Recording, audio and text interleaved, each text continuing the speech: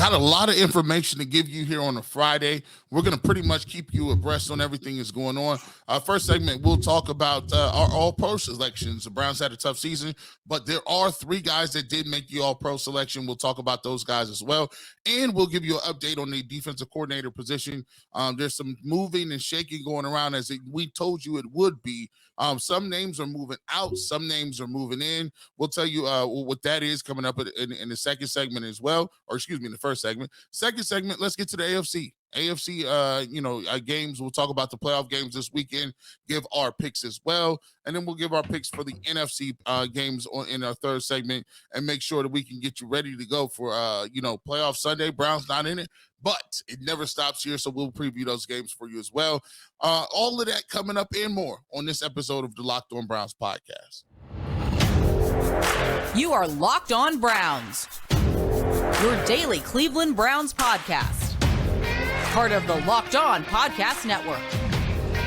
Your team every day.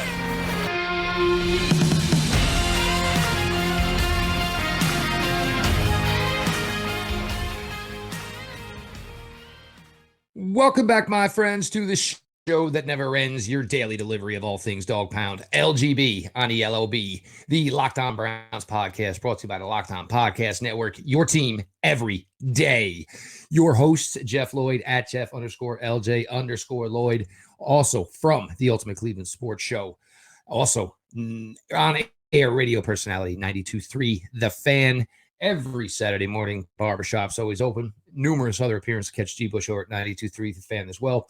Pre-game, post-game coverage for all your locals. Make sure you're following at G. Bush 91. Today's episode is brought to you by BetOnline. BetOnline has you covered this season with more props, odds, and lines than ever before. BetOnline, where the game starts. We're going to get into some things here to close out the week. First segment here, we're going to get to basically your Browns news. Some Browns had some players named to first team All-Pro, second team All-Pro today. We'll get to that. Nothing concrete yet, but just, the ebbs and flows of the way the defense coordinator search is working. We're going to get into that as well. Second segment, hey man, it's playoff weekend. We're going to cover the AFC playoff games. We're going to give you our thoughts and picks. Second segment, we're going to go to the NFC playoff games. We're going to give you our thoughts and picks there as we close out. Obviously, a lot of content here this week, with the firing of Joe Woods. The Browns already highly in motion trying to get that defense coordinator job filled. So, we'll continue there. NFL All-Pro awards came out today, were announced at least today. First team for your Cleveland Browns, Joel Bitonio is your first team All-Pro left guard. You want to talk about a guy who's putting together a Hall of Fame resume. I'm not saying it'll be a slam dunk first ballot Hall of Fame like it most likely will be for Joe Thomas. Joe Bitonio is going to end up in Canton next to his buddy. This is the type of career. And the thing is, it doesn't look like he's slowing down to maintain this level of consistent play year in, year out. It's just an absolute, joy to watch this man go about his craft. And I know I've had conversations with Joel, and Joel's talked about so much how he was shaped by players he played with. J.C. Tretter, one, Joe Thomas, certainly another, how, he picked up a work ethic from these guys, basically a dedication to craft from gentlemen like this. And he's just been a guy who's absolutely excelled to this point in the league. Second team All-Pro. Congratulations to Nick Chubb. Nick Chubb, in my opinion, probably deserved it. Josh Jacobs had a hell of a year, carrying a really bad franchise, and Josh Jacobs was able to do a little bit more of the receiving aspect than Nick Chubb. Myles Garrett, and look, these are always tough, I understand. And even like they did the one the other day where it was the players All-Pro team, and like you just gave some guys awards. They didn't really do anything this year. Like Aaron Donald, they played since like Thanksgiving. Somehow he made a first team All-Pro. But congratulations to Myles Garrett, to Nick Chubb, to Joel Bitonio. I don't think this is anything that should surprise anybody that's a fan of this team or anybody that covers this team. Everybody knows who the foundational players are on this team. The problem is we need the quarterback hopefully to take that step, and certainly another player or two on defense to maybe take the step in that trajectory as well, Garrett. I look at this and this makes me excited about the chances and opportunity to get another defensive coordinator here, because I think what we'll see is that it'll validate that we still have some talent left on this team.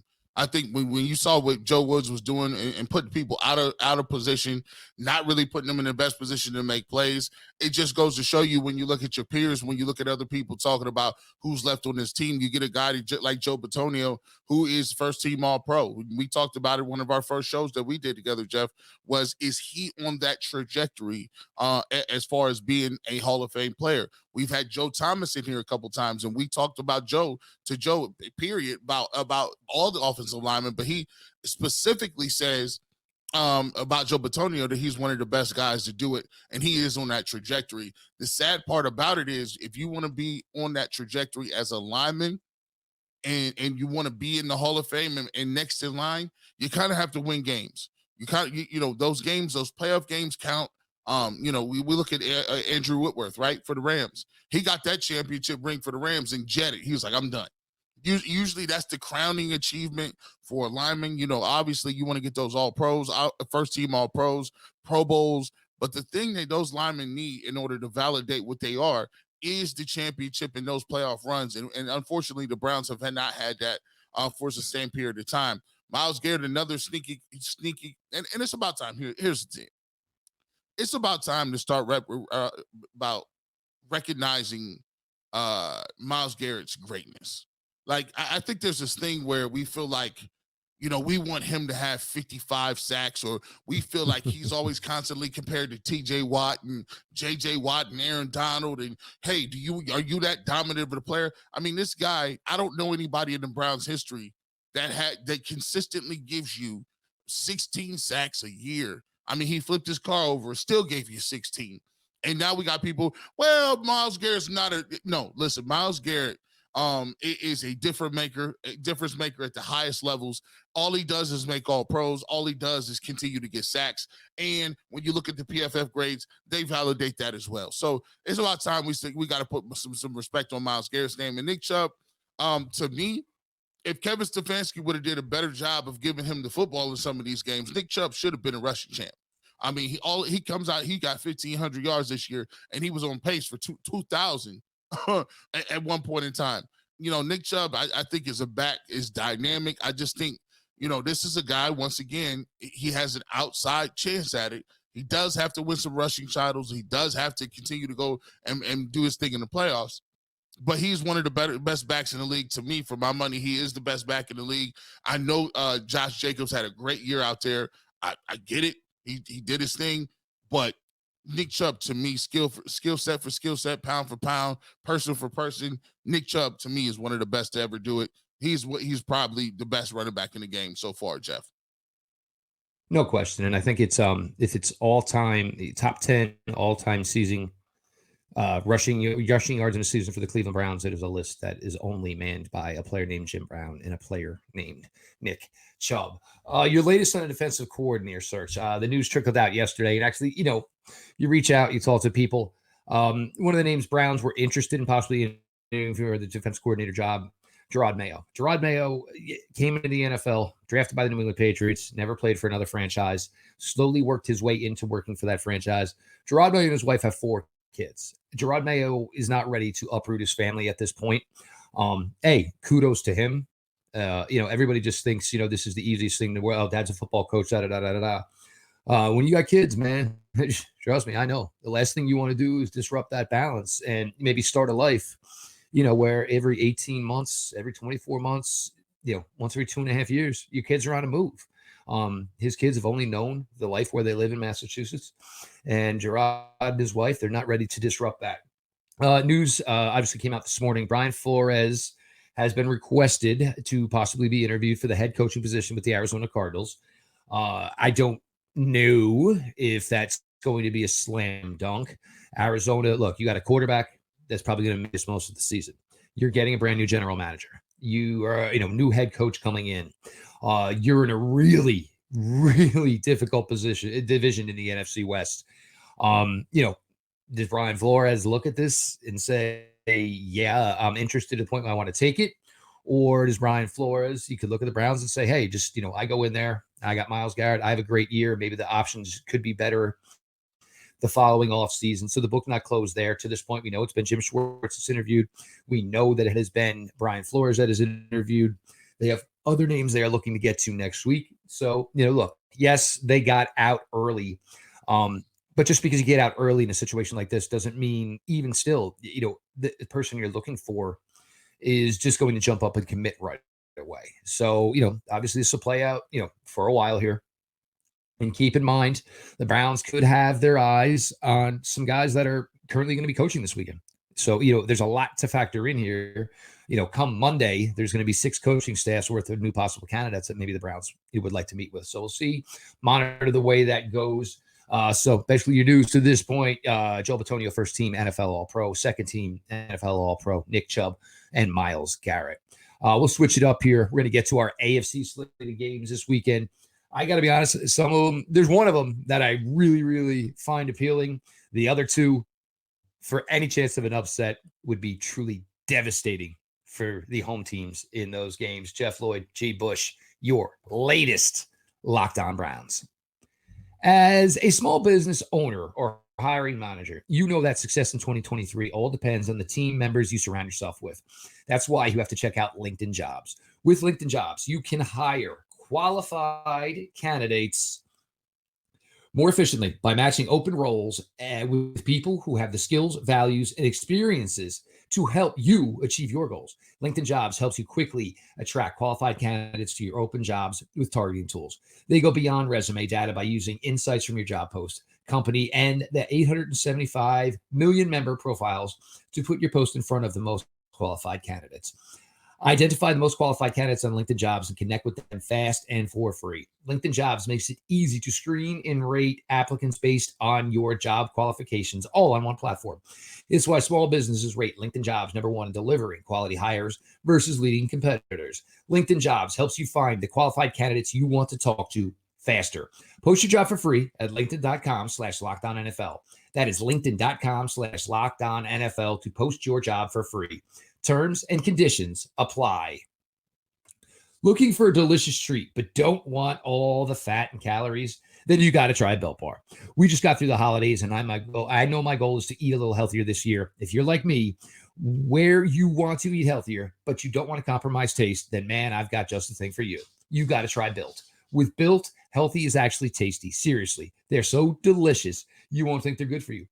Perfect for your New Year's resolution. And they come in unbelievable flavors like churro, peanut butter brownie, and coconut almond. I'm not sure how Built does it. These bars taste like a candy bar while maintaining amazing macros. And what's even crazier is that they are healthy. 130 calories, 4 grams of sugar with a whopping 17 grams of protein. And now you do not need to wait around to get a box. For years, we've been talking about ordering your Built bars at Built.com. Now you can get them at your local Walmart or Sam's Club. That's right. Head to your nearest Walmart today.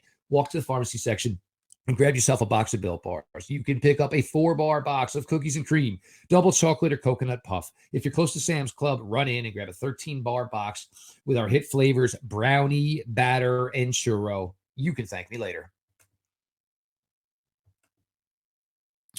Welcome back to the Locked On Browns podcast. G. Bush is here and Jeff Lloyd is here. We're going to get you ready, get you started up for the NFL slate this weekend. Browns not involved, but here's what we always do. We always keep you abreast of what's going on in the NFL. We always do it with your team every single day. Make sure you continue to support us on wherever you download your podcast. We're doing a great job. I'm going to post a couple other things coming up on Saturday. We've gone over, I think, almost 500,000 views on YouTube. We've also gone over 4,000 subscribers. So, it's been a very successful season. I'm going to put some of those things out there on Twitter. So make sure you follow us at Locked On Browns as well and hit the notification bell so you know when we're dropping our content. Jeff, we got some good games going on this weekend. Let's start in the AFC. We got the Sunday games, and you got the wild card, and that is Miami at Buffalo. That's a 1:00 game. And then coming up that night, we'll have the NFC games as well. But starting on Saturday, we'll first of all get to the Los Angeles Chargers versus the Jacksonville Jaguars. That game is at Jacksonville. It's an 8:15 start. That's going to be on NBC. In that game, Jeff, what do you think? I look at this game from myself and my perspective. I actually like Jacksonville a little bit. I don't know why Stanley would play Mike Williams in a game where it just didn't mean anything. There's already news out there that Mike Williams is going to be out of that game. The Chargers. They're saying he's got a broken back, Garrett. They're saying this guy got his back broken in a meaningless game, catching passes from Chase Daniel, for God's sakes. That's crazy. And he was already hurt the majority of the year. He was banged up in and out of the lineup all year. Why would you play him? I think this might be the nail in the coffin for their head coach, because, last year they didn't get into the playoffs because of a bonehead move, like in the last game of the season. And now you look at this game, going to play Doug Peterson in the Jacksonville Jaguars team that's all just removed from Urban Meyer. Let's be real. Urban Meyer was in the bars clubbing on wasn't even an off night. It's the same night he's in there getting it in. And guess what they did? They go get Doug Peterson. They go out. Now all of a sudden, Trevor Lawrence is looking like Trevor Lawrence. Travis Etienne is not a receiver. They've actually made that pick look decent when people were killing them for it. Remember Christian Kirk? They said, you don't give Christian Kirk all that money. Zay Jones, they got a bunch of people down there. I like Jacksonville in that game, and I like them being at home. I'm gonna go with the Jags in that. What are your thoughts? I'm with you. And I'll be honest, even if this was reversed and this game was being played in LA, Jacksonville is just a team that's really, really come together. And, the fact that they were able to not only battle Tennessee, but sweep Tennessee this year, put themselves in this position to host this. Now, keep in mind, they basically played a playoff game last week because, Jacksonville, Tennessee was winning in. So, Jacksonville's feeling good about themselves right now. Trevor Lawrence, I agree with you, between Kirk, between Zay Jones, Evan Engram has been a fantastic pickup for them. The BS that Urban was trying to do with Travis Etienne, and Etienne missed most of his rookie year, but now you've got him running the ball. This was supposed to be one of the advantages of drafting Trevor Lawrence and Etienne at the same time, is these guys just had so much unwritten, unspoken things they could do with each other because they were so familiar with each other and played in such huge games. Yes, for Jacksonville, this is a big spotlight to be back here in this. It ain't for Trevor Lawrence. It ain't for Travis Etienne. These guys, man, they were primetime games every single game they played at Clemson. So I like this, the fact that Mike Williams isn't a factor. Jacksonville's got a good defense. They got good corners. For me, I think this is one that I think the Chargers, this is going to be a tough spot for them and the other thing is when the Jaguars are playing well, it gets crazy up in Duval. There's no way around it. It gets crazy up there. I think that's when Jacksonville's going to pull out. First game on the slate Sunday morning, G. We got Buffalo. We got Miami coming to town. Miami, the season they put together, which at times looked like they were one of the best teams. Tua, and who knows where it's at with Tua. And honestly, for real, thoughts, for Tua, because he's in a really, really, really tough spot. This guy's been through a lot. You don't want to talk about head injuries the way they have and the frequency they've had for Tua this year. But you're going on the road to Buffalo, which is going to be difficult anyway in January. You're going with your third string quarterback and Skylar Thompson, basically just telling the kid, hey, go out there and have a day. Let's see what can happen. You're a 13.5 point dog. You want to believe that Miami's going to go in there and give you everything you got, but Buffalo knows you so well. It's the third time, obviously, this year. Josh Allen, he truly, truly wants to get this team to an AFC championship game. It's the only thing to this point he has not done in his career. I just don't see how this works out for the Dolphins, because you're putting this kid 7th round pick. And this is something in 41 years in the NFL, we have never had a 7th round rookie quarterback start a playoff game. We're going to have 2 do it this weekend in Brock Purdy and Skylar Thompson. Well, listen, we'll get to Brock Purdy. I think he's in a little better position to start the game. He looked better than any rookie quarterback this year at this point. I'm just saying, he's looking kind of good out there. He looking pretty good. You see what I did there? Now, here's the thing. These Miami Dolphins, it was a great year. All I can say is if Tua was, I would have loved to see you guys play Tua. You guys beat the Bills in Miami earlier during the season. You guys and the Dolphins always seem to play the Bills tough. They got the weapons at receiver. They got the speed with Mostert and some of these other guys and Tyreek Hill and Jalen Waddle. They got a nice attack that I would give them a puncher's chance if Tua was playing in this game. Tua's not playing. I think you're down to your third quarterback. I think the spread in this game is 13. I think the Bills are minus 13 in this game. But when you're at home, you're playing in one of the most dimly lit stadiums of all time. I'm like, man, why it's always, I always call it Ralph Wilson Stadium, right? Why it's always dark in Ralph Wilson Stadium? And is it snow all the way? Is it perma snow on the sidelines during December? It's one of them throwback Cornelius Bennett, Bruce Smith, Jim Kelly type teams, bro. So y'all ain't got no shot. Y'all about to get blown up out of here. I got the Bills rolling in that game. Moving along and coming right back at you. Here's another game that I think might be a little tough, Jeff. Baltimore at Cincinnati. That's an 8:15 game. Lamar Jackson is not playing in that game. This can get ugly too. I think Joe Burrow and the receivers is ready to go. This is at 8:15 NBC. That's going to be in Cincinnati. Yeah, I don't think Baltimore has nothing for the Bengals in this game. There's really not even much to say here. I think the Bengals move on and quite easily, in my opinion. Here's the issue: the Ravens. You don't even know who's playing quarterback. They don't know if it's Huntley. And here we go again. It's going to be another kid. And, I've talked about Anthony Brown before, obviously local boy, to where I am. He went to my rival high school. But we're talking now, and we'll get to obviously San Francisco. But I mean, these teams got to the playoffs. You got no quarterback. I mean, when you want to play Huntley, and look, we'll get to what's going on with the Ravens and Lamar Jackson, because anytime I was asked this offseason, what did I say? There's something going on there. There was something going on that Lamar Jackson and Baker Mayfield this season were in the same contractual bed, essentially. One had already burned through a franchise, moved to Carolina, saw the way it worked out. One's a former MVP. And I don't know what's going on. I don't know what's going on. But, I mean, you tell me right now, do I think Lamar Jackson's playing football for the Baltimore Ravens in 2023? Hell no. Absolutely not. No way in the world. No way in the world, unless they blow him away. Think he's done? I don't think he wants to be there anymore. I think the franchise tag is just going to be so they can get a deal done. They do not know how to make it work. This team and the amount of capital they have put into the wide receiver position, you've got starting as your wide receiver Sunday for the Baltimore Ravens, you have Sammy Watkins and Denarius Robinson, who used to play for Kansas City Chiefs. This is after you use draft choice, free agent. You've done everything. They don't know exactly the right combination to work with Lamar Jackson, but we'll stop that there. But that is your last one. I don't see a way how. You're going into Cincinnati, and look, I'll be honest with you. I don't want either team to win.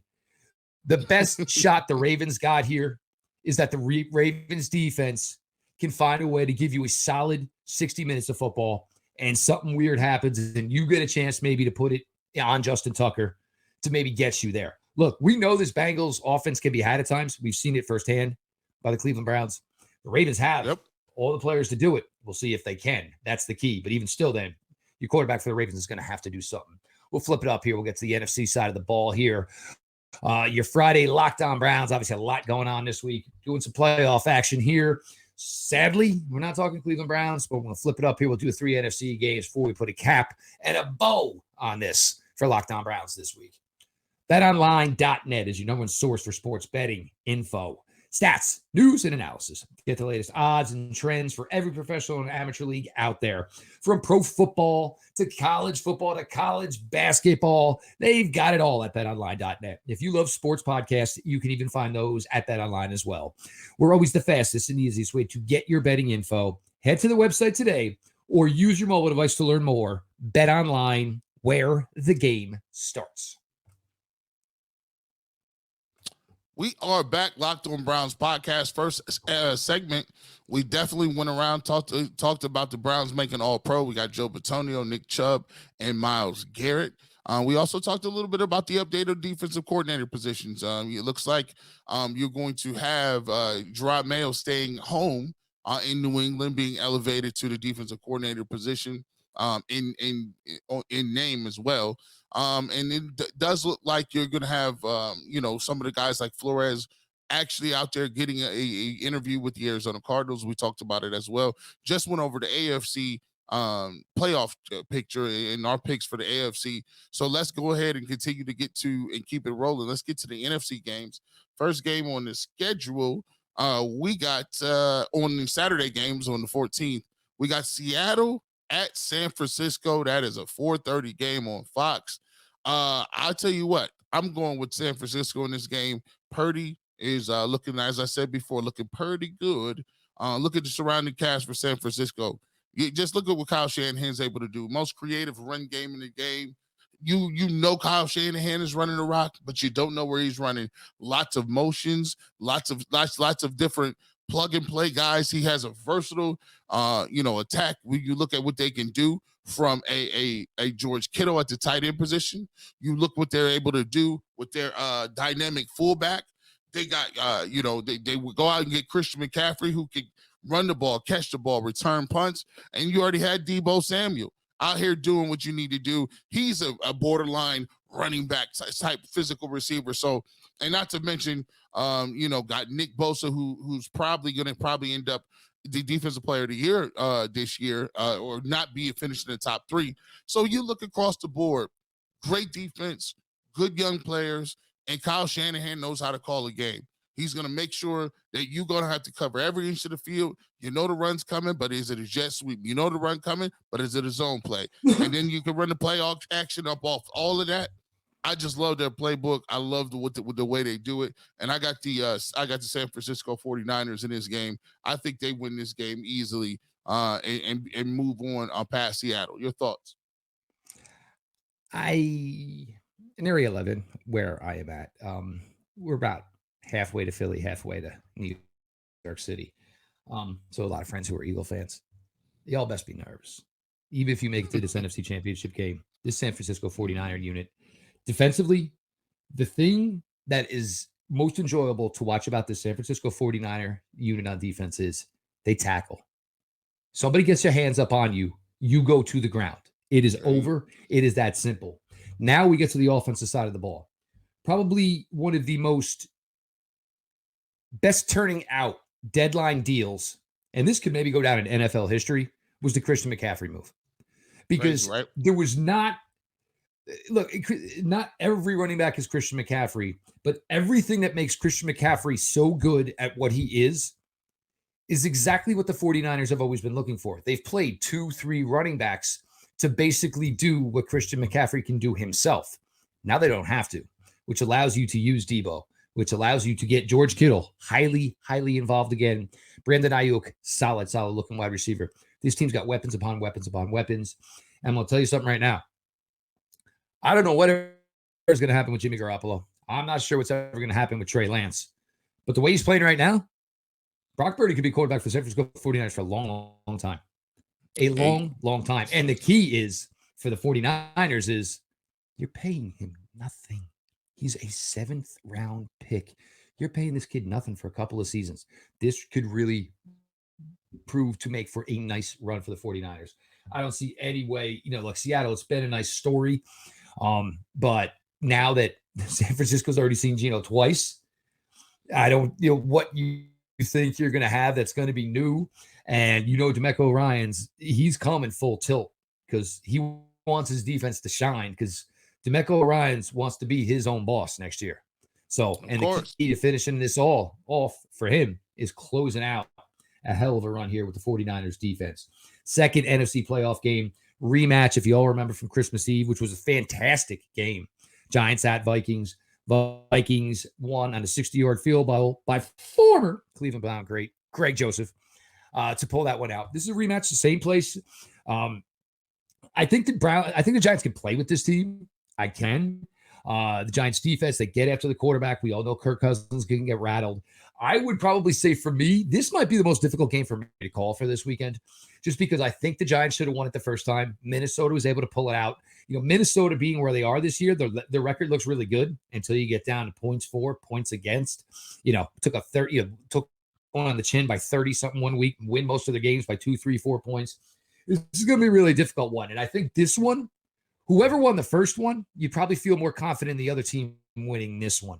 So I think maybe just a little bit, I'm leaning the Giants might be able to pull this one off. And here's a sleeper for the New York Giants. Kenny Golladay has been a punchline for the New York Giants for almost 2 full seasons. Kenny Golladay got involved last week, caught a touchdown, mossed to Slay in the process. If they can get anything out of Kenny Golladay, that's huge for them. But I think the Giants I'm feeling the Giants because this is a good situation to go into. You're going to a place you were just there. There's no newness, no new hotel. Everybody knows exactly what's going on. Basically, what it is you need to be better in the final 4 seconds of the game than you were last time. Yeah, this is going to be a game for me. I like the Giants in this game, and I'll tell you why. I like the fact that, you take a look at their quarterback situation. Daniel Jones ain't nothing to write about, but then Kirk Cousins ain't really nothing to write about either. He's always had problems in the playoffs. I think if you can get Saquon Barkley involved and you hit it right on the nail on top of the head when you talk about Kenny Golladay, who obviously was an individual who played for the Lions that was, one of the nice young receivers in this league. He gets to, go to New York, and it just seems like his career is just kind of short, just stalled out a little bit. But I'm going to tell you what, I like the Giants in this game because I think they're going to be more committed to the run game. If they can have a good defensive performance and slow down Justin Jefferson, I think New York can come out of there at Minnesota with a win. I'll just give you one thing to watch here too, just before G transitions to the next game. Keep your eye out for Daniel Jones and his legs. Daniel Jones got good mobility. Giants at times with Daniel Jones have asked him to say, hey, hold off on that. But when you're to win at all costs, it might be the one this week. Look, man, you got 5 or 6 yards, take it. You know what I'm saying? Keep moving them sticks. Keep putting us in manageable down and distance. That's the big key for them. The Giants are not a big play threat. They're not a deep threat. They're going to have to take them little 5-6 yard scrambles to move them chains. I definitely agree with that. And then last game of the week, Dallas at Tampa Bay. This is a rough one because, if you look at it on face value and what Tom Brady has done, I think he's thrown for 4,600 yards, somewhere in that area, 25 touchdowns, 9 interceptions. On face value, if we had Deshaun Watson throw for that, we would say, oh, we'll take it. But, right now, that is not the Tom Brady. This is not your father's Tom Brady. Dallas is coming in here, and Dallas always is Dallas in terms of, they have not had success the way they've wanted to in the playoffs. Dak Prescott is another guy that needs to kind of get some deep in the playoffs to solidify itself as a top tier quarterback. Now, they had, Pollard, they got, Zeke Elliott, what they bring to the table. I think the difference comes down to Micah Parsons. I think Micah Parsons comes out and they don't have anything for him. I think he disrupts Brady. I think Brady is off his off his point all day. And I think the Dallas Cowboys can come in against the Tampa Bay Buccaneers and win this game. This is where I'm with you. And I'll be honest, Dallas's pass rush and their defensive line as a whole, if you watch the Cleveland Browns this year, it's something you should be very envious of because it ain't just one dude. As great as Micah Parsons is, unlike Myles Garrett, he's got help. He's got other dudes. So it's not that Micah Parsons has to get home with every pass rush. And he even knows if I get double teamed, that's a win because I'm giving solo reps one-on-one for everybody else on this defensive line. If Dak does not turn the ball over, if Dak can obviously keep the Cowboys on the right side of the turnover margin, I think this is a very, very winnable game for the Dallas Cowboys. So it's been a great week here. We get closed it out. AFC playoff picks, NFC playoff picks. Everybody have a great weekend. Enjoy yourselves. This has been your daily delivery of all things Dog Pound. LGB on the LLB. Let's go Browns.